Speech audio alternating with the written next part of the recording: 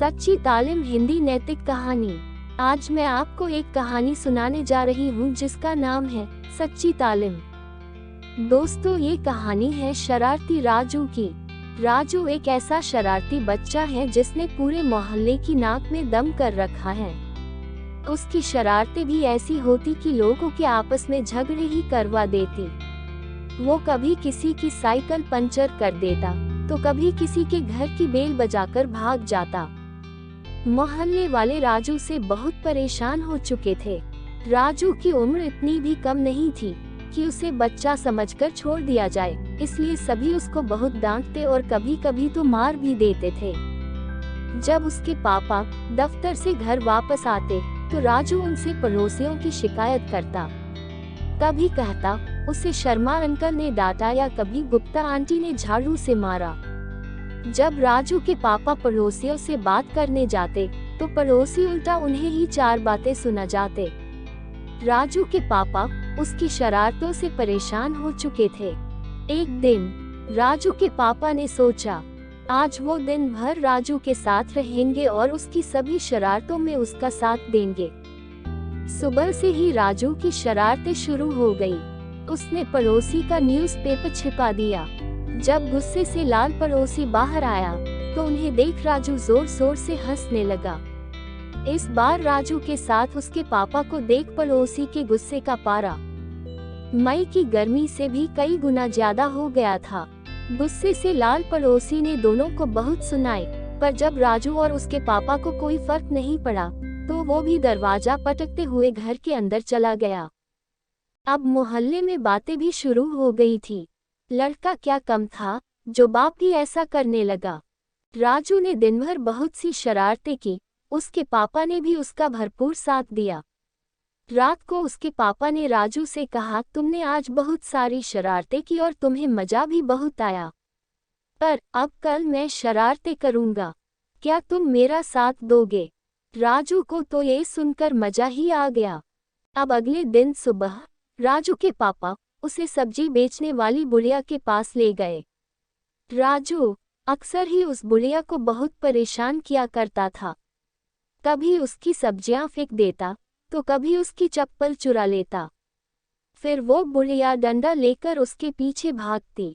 राजू को लगा पापा भी कुछ ऐसा करेंगे, लेकिन उसके पापा ने कुछ अलग किया। बुढ़िया जैसे ही अपनी सब्जियों से दूर गई, राजू के पापा ने राजू के साथ मिलकर सब्जियां साफ करके जमा दी। बुढ़िया वापस आई तो जमी हुई सब्जियां देखकर बहुत खुश हुई।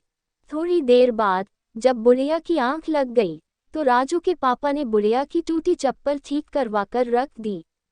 जैसे ही बुढ़िया उठी, चप्पलों को देख उसकी आंखें भर आई और वो कहने लगी, भगवान उस फरिश्ते को खुश रखना जिसने मेरे लिए इतना किया। शाम होते होते तक राजू के पापा ने छिपकर बुढ़िया की बहुत मदद की। राजू को भी छिप छिपकर ये सब करने में बहुत मजा आ रहा था, पर वो यह नहीं जानता था कि इस बार वो शरारत नहीं बल्कि लोगों की मदद कर रहा है। थोड़ी देर बाद राजू के पिता ने बुढ़िया से जाकर कहा, माताजी, आप जानना नहीं चाहती कि आज आपकी मदद कौन कर रहा है? बुढ़िया ने कहा, हाँ बिल्कुल जानना चाहती हूँ। तब राजू के पिता ने राजू को आगे बुलाया और कहा, माताजी, ये सब राजू ने किया है।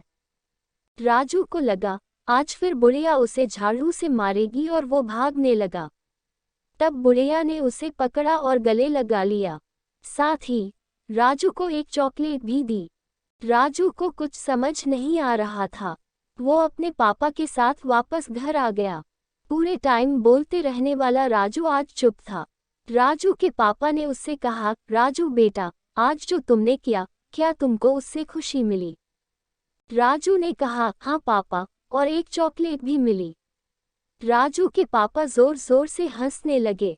राजू के पापा ने उसे समझाते हुए कहा, बेटा, तुम रोज रोज सबको परेशान करते हो, फिर सब तुम्हें डांटते हैं और फिर तुम मुझसे आकर उनकी शिकायत करते हो, लेकिन आज तुमने सबकी मदद की तो उन्होंने तुम्हें बहुत प्यार किया।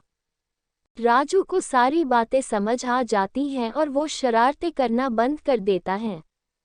कहानी से सीख। दोस्तों, आजकल के बच्चे इंटेलिजेंट तो होते हैं, पर संस्कारों से दूर होते जा रहे हैं। क्या आपने कभी सोचा है ऐसा क्यों हो रहा है? ऐसा इसलिए हो रहा है क्योंकि आजकल के माता पिता अपने बच्चों के खिलाफ एक शब्द भी सुनना पसंद नहीं करते। ऐसे में वो अपने बच्चों को सही गलत सिखा ही नहीं पाते। बच्चों को सच्ची तालीम उनके माता पिता ही दे सकते हैं।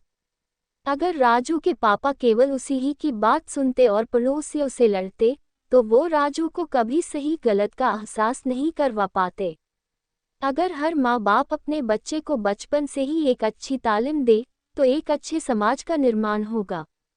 आपको ये कहानी अच्छी लगी तो लाइक और सब्सक्राइब कीजिए।